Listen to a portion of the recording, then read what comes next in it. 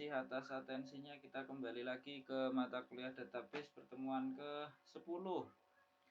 Di pertemuan kali ini kita akan bahas sedikit saja karena melanjutkan yang kemarin. Kemarin kita membahas ketergantungan fungsional. Untuk minggu ini yang akan kita bahas adalah macam-macam ketergantungan fungsional, karena inilah yang akan kita sasar ketika kita nanti melakukan normalisasi.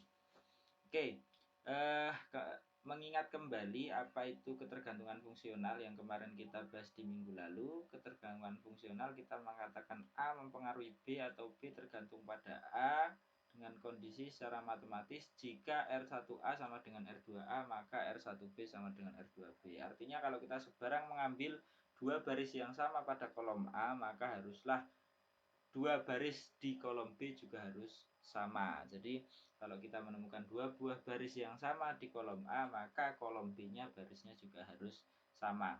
Yaitu hakikat dari definisi ketergantungan fungsional secara matematis. Secara intuitif kita bisa melihat bahwa kalau kita punya beberapa kolom, kita bisa lihat siapa saling mempengaruhi siapa. Misalkan kalau kita punya NIM, pasti NIM itu akan mempengaruhi nama mahasiswa. Sebab kalau ada dua NIM yang sama, pastilah nama mahasiswanya juga harus sama. Tapi nama mahasiswa tidak bisa mempengaruhi NIM. Sebab apa? Sebab dua nama mahasiswa yang sama bisa jadi NIM-nya berbeda gitu. Kita juga bisa lihat bahwa kode mata kuliah misalkan itu pasti mempengaruhi nama mata kuliah, karena dua kode yang sama pasti dia akan dua kode mata kuliah yang sama pasti nama mata kuliahnya juga sama gitu. Nah, ada aksioma ketergantungan fungsional di sini. Aksioma ketergantungan fungsional ada beberapa. Yang pertama ada refleksi. Ini yang digunakan sama dengan sifat-sifat yang ada di himpunan ya. Jika X adalah himpunan atribut dan Y adalah himpunan bagian dari X, maka X menentukan Y. Ini kalau X-nya, Y-nya adalah bagian dari X, pasti X-nya menentukan Y.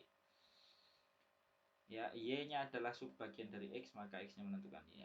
Aksioma argumentasi, jika X menentukan Y dan X adalah sebarang himpunan atribut, maka XZ menentukan YZ atau sebaliknya. Ya, kalau Anda menemukan bahwa X menentukan Y, maka pastilah XZ itu juga menentukan YZ. XZ itu artinya kombinasi antara kolom X dan Z, dan YZ artinya kombinasi kolom Y dan Z. Aksioma transitif, nah ini nanti akan kita bahas nanti. Jika X menentukan X, ya jika X menentukan Y dan Y menentukan Z, maka X juga menentukan Z. Ini yang penting untuk Anda garis bawahi, karena ini salah satu yang harus kita hilangkan nanti ketika kita masuk ke normalisasi, terutama ketika melakukan normalisasi tahap 3. Jika X menentukan Y dan Y menentukan Z, maka X menentukan Z. Sorry, ini kurang ya. X menentukan Y, Y menentukan Z, X menentukan Z. Sama dengan sifat transitif yang Anda pelajari baik itu di pengantar dasar matematika. Lalu aksioma dekomposisi, kalau X menentukan gabungan Y dan Z, X menentukan kombinasi Y dan Z, maka X menentukan Y dan X menentukan Z. X menentukan Y dan X menentukan Z gitu. Aksioma komposisi, jika X menentukan Y dan A menentukan B, maka gabungan X dan A menentukan gabungan Y dan B. X menentukan Y, A menentukan B, maka XA menentukan YB. Gitu. Aksioma gabungan, jika X menentukan Y dan X menentukan Z, maka X menentukan gabungan Y dan Z. X menentukan Y, X menentukan Z, maka X menentukan YZ. Aksioma pseudotransitif, jika X menentukan Y dan gabungan Y dan Z menentukan W, maka gabungan X dan Z menentukan W. X menentukan Y, YZ menentukan W, maka XZ menentukan W. Ini mirip dengan transitif, cuman yang di sini tidak murni Y tapi YZ, dan untuk mempengaruhi W dibutuhkan XZ gitu. Nah, ini menjadi patokan nanti aksioma ini, terutama nanti yang kita akan menghilangkan menghilangkan sifat transitif ketika kita menemukannya di normalisasi tahap 3 gitu ya. Silahkan nanti dibaca lebih seksama aksioma Armstrong yang sudah dicantumkan di modul. Nah, sekarang kita bahas macam-macam ketergantungan fungsional. Nah, ketergantungan fungsional nanti ada 3 paling enggak. Yang pertama adalah full functional dependency atau ketergantungan fungsional penuh. Lalu ada partially functional dependency atau ketergantungan fungsional sebagian atau parsial. dan transitive dependency atau ketergantungan fungsional transitif.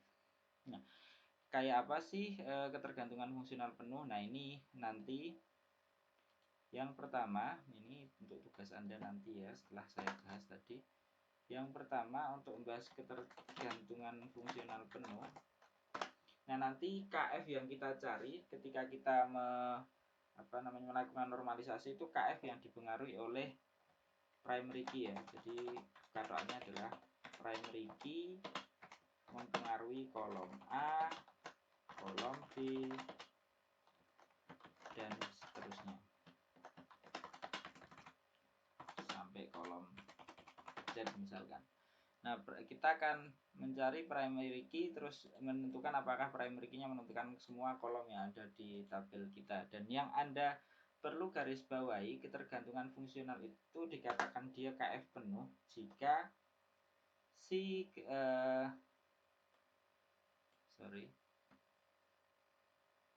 jika A tergantung B dan B tidak jika B tergantung pada A dan B tidak tergantung pada subset A. Artinya begini, kalau nanti Anda ditanya KF-nya itu penuh atau enggak, KF penuh itu kalau Anda punya A mempengaruhi B, sementara B-nya tidak tergantung pada subset A. Artinya kalau A-nya hanya satu kolom, maka B-nya di sini bisa dikatakan tergantung penuh pada A. Bentuk yang lain contohnya misalkan A, C mempengaruhi B. Di sini kita katakan bahwa kalau misalkan B tidak terpengaruh bagian dari AC alias B tidak terpengaruh A atau B tidak terpengaruh C, maka kita katakan B punya ketergantungan fungsional penuh terhadap AC. Saya untuk membahas KF penuh itu enak kalau kita membahas KF parsial dulu. Karena untuk yang bagian kedua, suatu ketergantungan fungsional dikatakan parsial jika A mempengaruhi B tapi B tergantung pada subset A. Nah, ini bisa kita misalkan KF parsial itu gini. Kalau misalkan saya punya B mempengaruhi C dan ternyata A mempengaruhi C, maka bisa kita katakan bahwa ketergantungan fungsional AB mempengaruhi C di sini adalah sifatnya parsial. Kenapa parsial? Karena memang kita temukan AB itu mempengaruhi C, tapi sebenarnya C tidak terpengaruh penuh pada AB. Dia terpengaruh pada A. Jadi terpengaruh pada subsetnya AB. A kan subset dari AB. Sehingga kita katakan C itu tergantung secara parsial pada AB. Tapi kalau ternyata misalkan Anda temukan bahwa AD itu mempengaruhi C, tapi C tidak terpengaruh A dan juga C tidak terpengaruh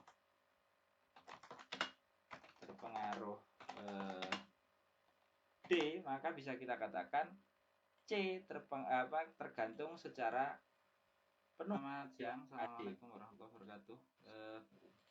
Okay. Artinya kita untuk memastikan bahwa satu KF itu penuh atau enggak, itu Anda lihat dia punya subset enggak. Kalau dia punya subset, Anda lihat dia terpengaruh pada subsetnya enggak. Kalau enggak ya berarti dia tergantung penuh. Nah, kalau misalkan sebelah kirinya cuma satu kolom, itu sudah pasti KF-nya KF penuh, bukan KF parsial. Karena KF parsial kan harus punya subset, sementara kalau satu kolom tok kan berarti nggak punya subset. Gitu. Nah, kalau misalkan AB mempengaruhi C, tapi ternyata A juga mempengaruhi C, artinya C terpengaruh tidak cuma pada AB, tapi terpengaruh juga pada A, itu berarti dia masuk kategori parsial. Tapi kalau C-nya terpengaruh penuh pada AD alias AD mempengaruhi C tapi C tidak terpengaruh A, C tidak terpengaruh D, artinya ya berarti memang yang mempengaruhi C itu full AD, berarti C tergantung penuh pada AD. Nah, seperti itu. Kalau sebelah kirinya satu kolom, kita bisa pastikan bahwa dia KF-nya penuh. Lalu KF transitif. Nah, KF transitif itu gimana sih? KF transitif adalah KF kalau kita temukan ketergantungan fungsional yang mana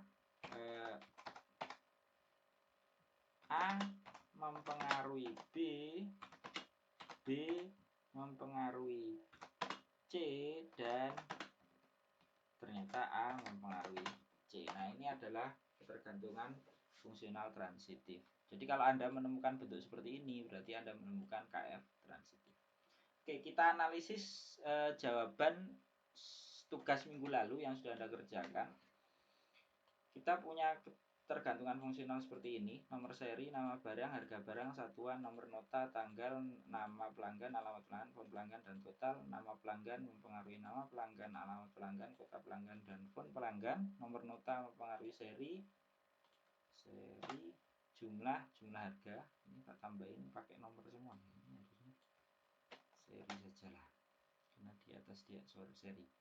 Nomor nota mempengaruhi seri, jumlah, dan jumlah harga, serta nomor nota mempengaruhi seri, tanggal, nama pelanggan, alamat pelanggan, kota pelanggan, nama barang, jumlah harga satuan, dan jumlah harga. Nah, ini bisa kita lihat KF. Kita bisa cari KF parsial dulu. KF parsial di antara jawaban-jawaban ini. Pertama, KF parsial itu kalau kita menemukan KF, tapi ternyata KF tersebut dia tergantung pada subset dari yang mempengaruhi. Jadi kalau A, B mempengaruhi C, ternyata C-nya terpengaruh antara A atau B saja. Bisa kita lihat. Kita lihat di sini. Ini patokan kita. Nomor nota dan seri mempengaruhi tanggal, nama pelanggan, alamat pelanggan, kota, nama barang, jumlah harga, satuan, jumlah harga. Kalau kita perhatikan dengan seksama, kalau kita punya data nomor nota dan seri mempengaruhi sekian, tapi ternyata nomor nota dan seri itu kalau kita lihat di bagian atas, tanggal itu tidak hanya terpengaruh pada kombinasi nomor nota dan seri, tapi tanggal itu terpengaruh oleh nomor nota saja. Alias tanggal di sini tidak terpengaruh penuh, tidak mempunyai ketergantungan fungsional penuh dengan nomor nota dan seri. Dia terpengaruh secara parsial karena sebenarnya tanggal itu dia dipengaruhi oleh nomor nota gitu. Nama juga sama, nama dipengaruhi nomor nota, bukan dipengaruhi oleh kombinasi nomor nota dan seri. Sehingga kita katakan kombinasi nomor nota dan seri itu mempengaruhi secara parsial pada tanggal, nama pelanggan, alamat pelanggan, kota pelanggan gitu. Kita lihat juga nama barang, harga, satuan. Nama barang, harga, dan satuan itu sebenarnya terpengaruh juga oleh nomor nota dan seri, tapi sebenarnya dia terpengaruh khusus pada seri saja, sehingga kita katakan dia ketergantungan fungsionalnya adalah parsial. Kurang sedikit ya, ini ada tambahan satu yaitu total. Harusnya sudah masuk total. Sehingga kita katakan nomor nota seri, tanggal, 6 dan seterusnya sampai di sini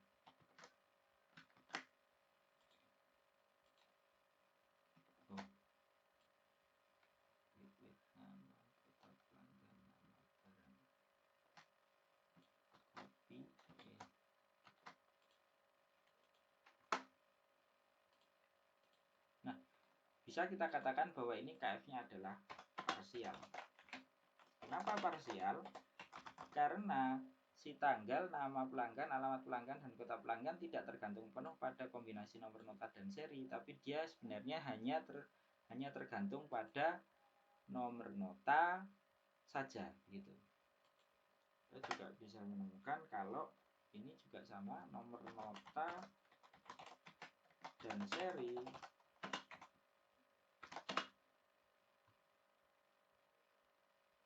ini ada tambahan total ya ini.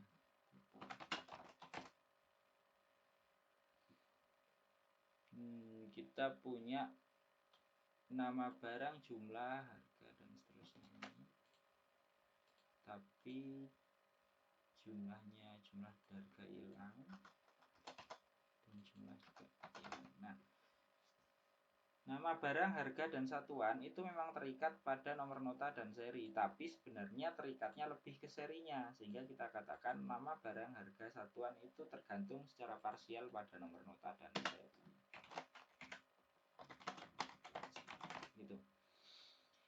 Nah, KF penuh berarti bisa kita lihat kalau tanggal, nama pelanggan, alamat, kota, dan total dipengaruhi hanya nomor nota, sehingga di sini bisa kita katakan ini dia KF penuh.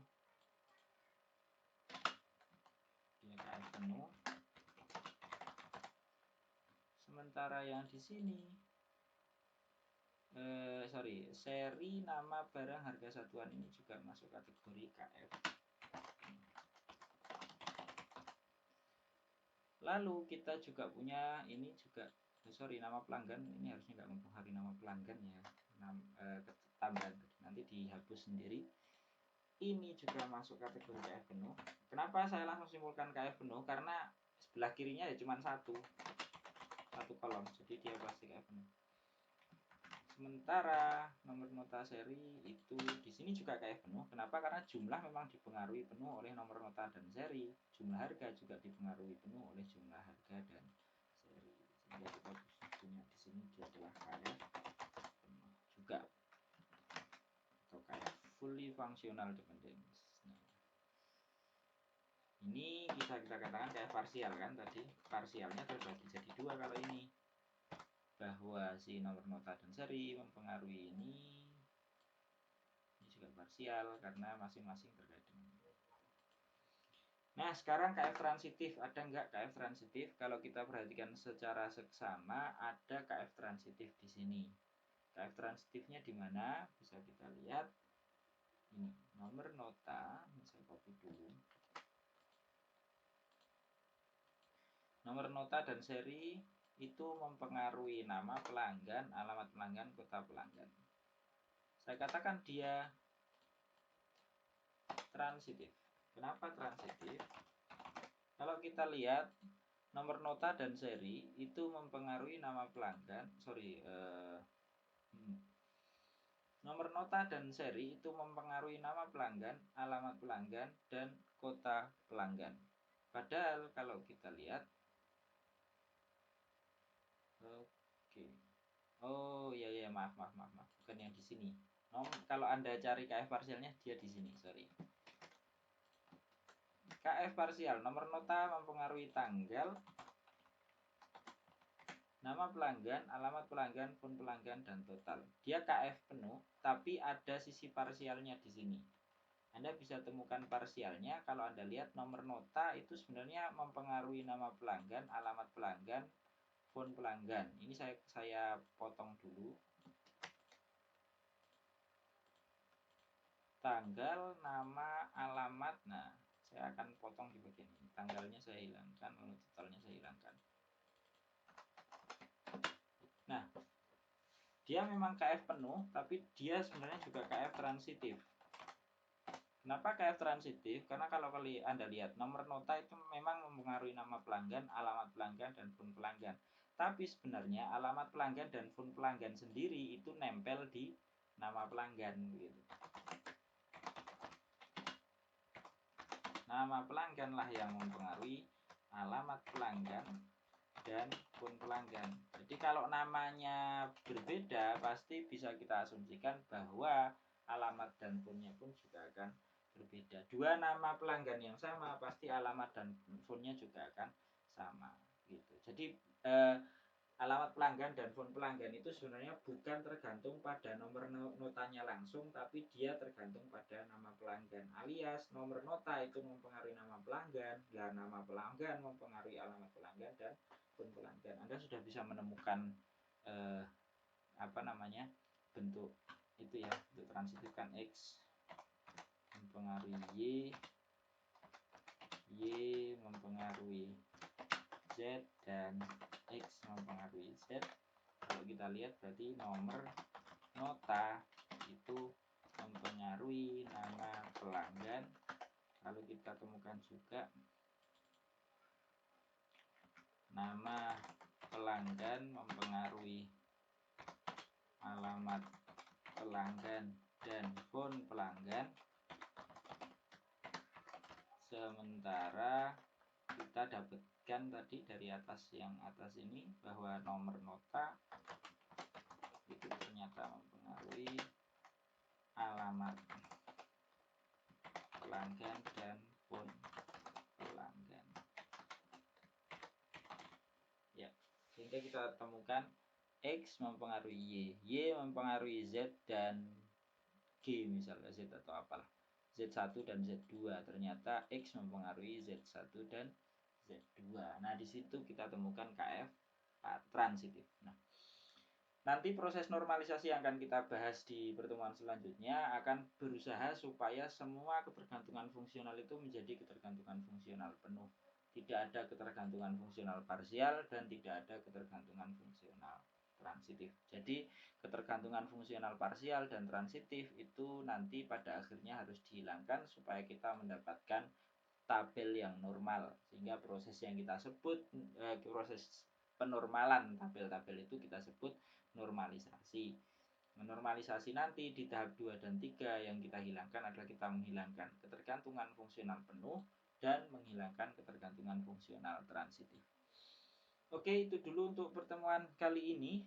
Kita lanjutkan lagi nanti untuk materi selanjutnya adalah masuk ke normalisasi. Begitu. Anda sambil silahkan dibaca modulnya ya. Ini ada contoh-contoh lain yang bisa Anda baca terkait ketergantungan fungsional. Link saya sediakan di Elena. Dan sekian dulu untuk pertemuan kali ini. Terima kasih atas atensinya. Ketemu lagi di pertemuan selanjutnya. Selamat belajar di rumah. Assalamualaikum warahmatullahi wabarakatuh.